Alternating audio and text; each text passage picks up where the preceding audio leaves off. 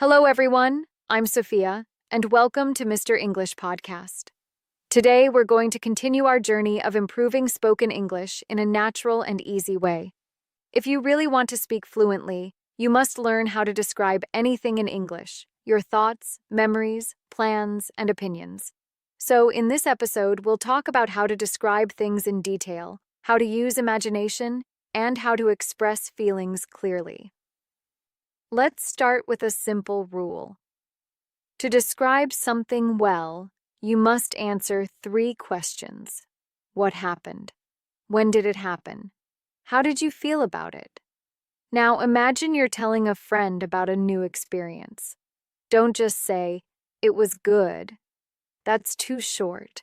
Instead, say something like, "It was really interesting. I learned something new and met some great people." Adding small details makes your speech more natural. For example, if someone asks, "How was your weekend?" you can say, "My weekend was relaxing. I stayed home, watched a movie, and cooked something delicious." Notice how easy that sounds? No complex grammar, just simple sentences that show your experience. Now let's move to the next part. Describing your future plans. When we talk about the future, we usually use will, going to, or the present continuous tense. Examples: I will visit my friend tomorrow. I'm going to start exercising next week. I'm meeting my cousin on Sunday. You can make your sentences more natural by adding a reason or feeling. I'm going to start exercising next week because I want to feel more energetic. The key idea is to always add meaning. Don't speak like a robot. Speak like a person with real thoughts and emotions. Let's practice a small exercise. Try to answer this question in your mind. What are you going to do next weekend? Now say your answer aloud in English. Keep it short but clear. For example, next weekend, I'm going to visit my parents. I haven't seen them in a while, so I'm excited. Very good. This is how you slowly build natural fluency. Now, let's talk about describing the past. We often use was, were, and past verbs like went, did, saw, or had. Example: yesterday was amazing. I went to the beach with my friends and we had so much fun. If you want to add emotion, say something like, "It was so peaceful there. The sound of the waves helped me relax." Always try to make your sentences alive with small feelings and senses, what you saw, heard, or felt. Okay, now imagine a situation. You are talking about your childhood. You could say, "When I was a child, I loved playing outside with my friends. We used to run around until sunset." See how the sentence flows naturally? You're sharing a memory in a clear, simple way. This type of storytelling is great for fluency. You don't need to memorize vocabulary. Just talk about your real life. Next, let's learn how to describe your imagination. Sometimes you want to talk about something that didn't really happen, but you can imagine it. For that, you can use would or could. Example: if I could travel anywhere, I would go to Japan. If I had a big house, I would invite all my friends for dinner. Practicing these imaginary sentences helps you use English creatively. You can also use this method to express wishes. Example: I wish I could speak 5 languages. I wish I had more free time to read books. Every time you practice such sentences, you become more flexible in English thinking. Okay, that's the first part of our session. In the next part, we'll continue learning how to express opinions, give explanations, and describe daily routines naturally. Welcome back to Mr. English Podcast. I'm Sophia, and now let's continue.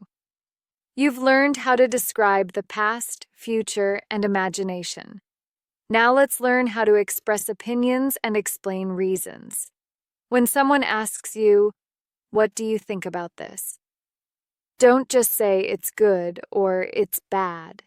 Instead, say, "I think it's good because it helps people," or "I don't really like it because it takes too much time." Adding "because" makes your English sound natural and meaningful. Here are some useful opinion phrases. I believe that. In my opinion. From my point of view. Personally, I think. I feel that. Example. I believe that learning English should be fun. Personally, I think reading books is a great way to improve vocabulary. Now, let's talk about describing your daily life. Fluency improves when you can talk about your normal day easily. Example. Every morning, I wake up at 7, have breakfast, and get ready for work. At night, I usually watch something online or listen to music before sleeping. Try to speak about your day in small sentences. If you do this daily, your fluency will grow naturally without heavy grammar study. Now, let's add some detail. Describe not only what you do, but also how you feel. Example. I love having coffee in the morning because it makes me feel fresh. I enjoy walking to work. It helps me think clearly. The more you practice this kind of detail, the more confident you become. Another important skill is explaining your choices. For example, if someone asks, "Why are you learning English?" don't just say, "For work." Say, "I'm learning English because I want to communicate confidently with people around the world." Good explanations make your English more powerful. Now let's move forward to describing experiences and feelings. Experiences are stories from your life, and feelings are the emotions connected to them. Example. I remember my first job interview. I was nervous but also excited. The interviewer was kind, and that helped me relax. This type of sentence shows emotion and storytelling together. You can also describe feelings with words like happy, sad, excited, nervous, relaxed, surprised, tired, proud, confident, bored. Try making sentences like, I felt proud when I completed my first big project. I was surprised when I got the message. Simple, clear, emotional. That's how you sound natural in English. Now, let's talk about conversations. Good speakers not only talk, they listen and respond politely. Use phrases like, "That's interesting." "Really? I didn't know that." "I see what you mean." These small reactions make your English conversations sound real. Okay, now let's practice describing something you see. Imagine you're looking at a park. You can say, "There are tall trees, green grass, and children playing near the fountain. It looks peaceful, and the weather is warm." Describing what you see around you is a great exercise for daily English thinking. Next, let's talk about comparisons. You can compare things using bigger, smaller, better, worse, more, or less. Example. This restaurant is better than the one near my house. My phone is newer, but the battery life is shorter. Now let's review everything we learned and practice how to connect ideas naturally. When you tell a story or explain something, connect sentences using words like and, but, because, so, then, after that, finally. Example. I woke up early, then I went for a walk. After that, I made breakfast and started work. This is how you make your speech smooth and connected. Let's finish with a small storytelling practice.